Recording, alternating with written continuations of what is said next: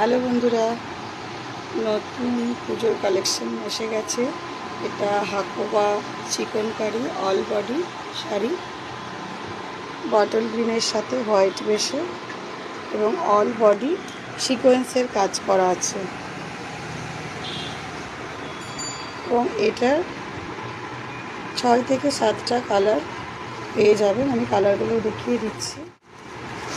এটা রানি আর হোয়াইট আছে, এটা আকাশির সাথে আছে, এটা মাস্টার্ড ইয়েলোর সাথে আছে, এটা পার্পলের সাথে আছে। বুঝতে পারছি না কতটা কালারে, বুঝতে পারছেন, এবং অল বডি কাজ। আর এটা মেরুনের সাথে আছে।